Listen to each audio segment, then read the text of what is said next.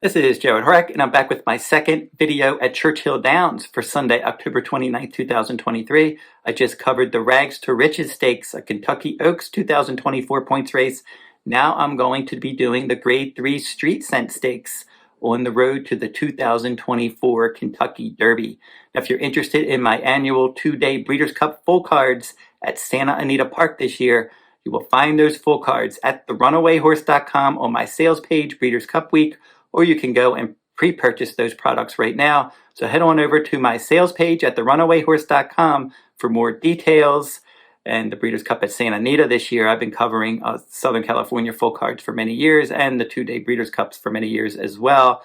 So hopefully that combination of that Breeders' Cup being at Santa Anita will lead to a very profitable year. I've had a lot of success at Santa Anita and in the Breeders' Cup over the years, and that combo hopefully will lead to a very productive Breeders' Cup. So head on over to therunawayhorse.com on my sales page for more details. And if you're interested in reading all of my Breeders' Cup 2023 handicapping articles, you will find all of those articles in the Breeders' Cup section at todaysracingdigest.com. So just go over to todaysracingdigest.com. Right on the front page at the top left, you'll see a Breeders' Cup tab. Click on that tab. It'll take you over to their Breeders' Cup page, and you can read all of my Breeders' Cup handicapping articles. I've written handicapping angles articles for all 14 Breeders' Cup races. I did a 5-part Breeders' Cup Sires series. I've had done jockeys and trainers and horses to watch for the Breeders' Cup, and I'm going to be doing more Breeders' Cup articles as we get closer to the 2023 Breeders' Cup. So go over to todaysracingdigest.com to read all of those. And in the description in this video, I'll provide links to those Breeders' Cup articles.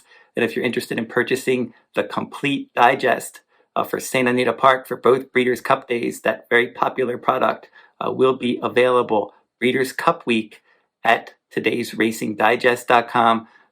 They've been covering Southern California racing since 1970. That's been their specialty. That's the track they started at. They've had a lot of success over the years with Santa Anita Park and Southern California racing, and they're going to have a very good product, that annual complete digest for Santa Anita Park for both Breeders' Cup days, including past performances, analysis, wagering strategies, and much more. So go on over to todaysracingdigest.com, Breeders' Cup Week, if you're interested in purchasing that. Now we'll get into the analysis of this video. Grade 3 Street Scent Stakes, 10th race at Churchill Downs, Sunday, October 29th, 2023. $200,000 purse for 2-year-olds, mile and a 16th on the main track. 5:35 p.m. Eastern Time is the post time. Generous tipper for trainer Kenny McPeak. This is a son of Street Sense, so this son of Street Sense is going to try to win the Street Sense Stakes. And there's another Street Sense sired runner in this race as well. But Generous Tipper is a solid contender from the inside post. 4 starts, a win, a second, and a third. They paid $130,000 for this one, and he was 5th in his debut. That was a turf route. They moved over to the main track second time out. He stalked, he dropped back, he moved back up, and he was second best that day. And then in his next start at Ellis Park at 1 mile, he pressed the pace, he dueled, and then he took over, and he won by 7. The Grade 1 Breeders' Futurity last time out at Keeneland. Locked was able to win that one over the Wine Steward, and Generous Tipper was able to rally from last to pick up 3rd place that day. So I don't think he has to be that far back. Second time out, he was up on the pace.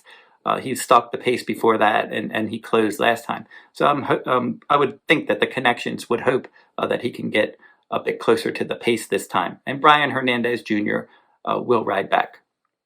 Gettysburg Address. This one for Windstar Farm and trainer Brad Cox with Flavian Prat aboard. This is a son of Constitution. He has a lot of upside, but he's a late foal. He was a May foal, whereas Generous Tipper is a February foal. So he's gotten a later start. And in his debut, he stalked and he won by 3/4 of a length at 6 furlongs at Ellis Park. Now this one's all upside. I think he's going to get better as he races at longer distances and gets more experience. He was 8-1 in that debut, so he wasn't supposed to win that one, but he did.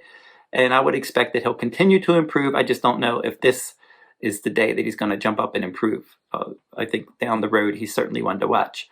Northern Flame is the second Kenny McPeak trainee in here. 4 starts with a win and a 3rd place finish. And he's 1 for 1 at Churchill Downs. He was 4th, beaten 17 lengths in his debut. 3rd, beaten 10 lengths second time out. He went to Churchill Downs, 1.16 mile maiden race, and he got out there and he set the pace, and he won by 1.5 lengths. The Breeders' Futurity last time, post 7 in an 8-horse field, and he was wide throughout, stalking the pace. He was fourth, 4.5 lengths behind Locked and the Wine Steward. Both of those horses are pre-entered in the Breeders' Cup Juvenile, and Locked is a very highly regarded Todd Pletcher trainee, and he was 49-1 that day, Northern Flame, in that last race. He didn't run bad. He was only a neck behind Generous Tipper, his stablemate, for finishing third. I thought he ran overall a better race than Generous Tipper. He was stalking wide throughout, whereas Generous Tipper just sat back from last.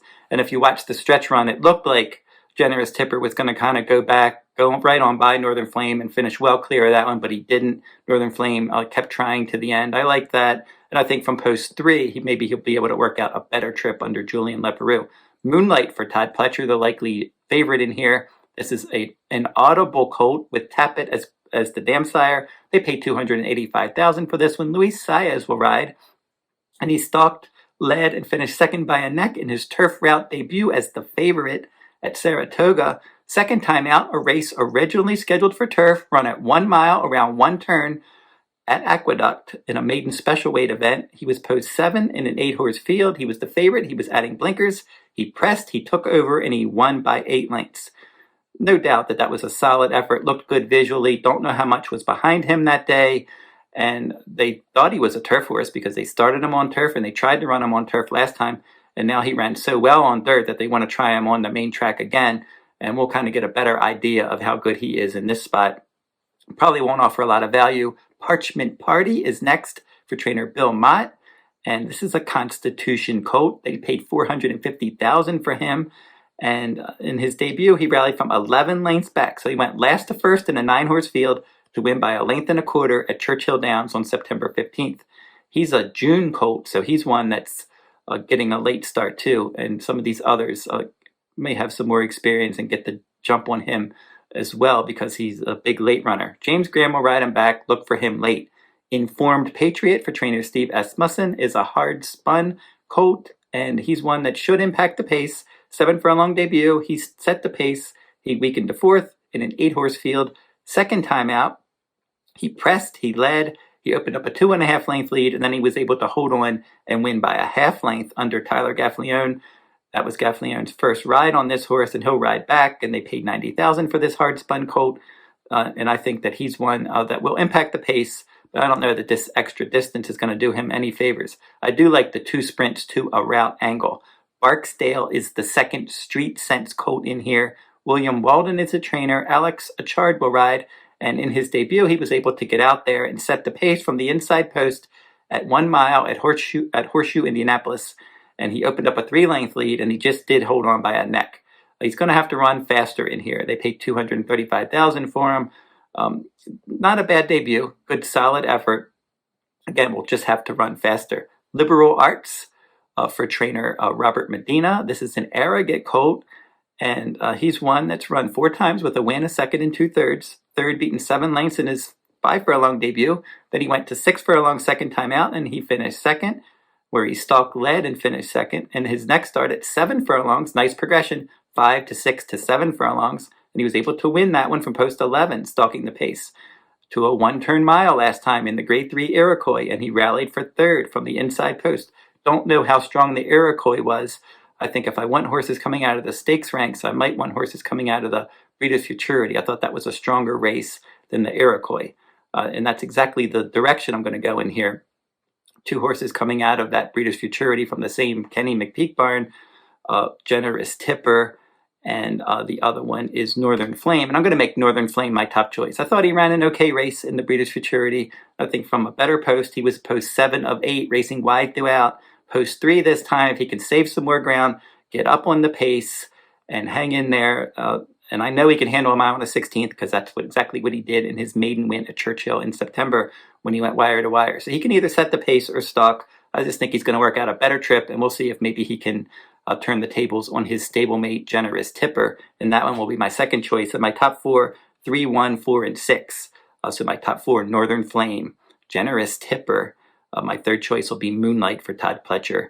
and then I will make my fourth choice is actually the 5, not the 6, Parchment Party. So 3, 1, 4, 5, my top 4 in the Street Set Stakes. So don't forget to like, subscribe, and comment if you like this horse racing content. And I'm going to be covering all of the Road to the Kentucky Oaks and Kentucky Derby video series right here on my YouTube channel. Anytime they have a points race, I'll be covering those.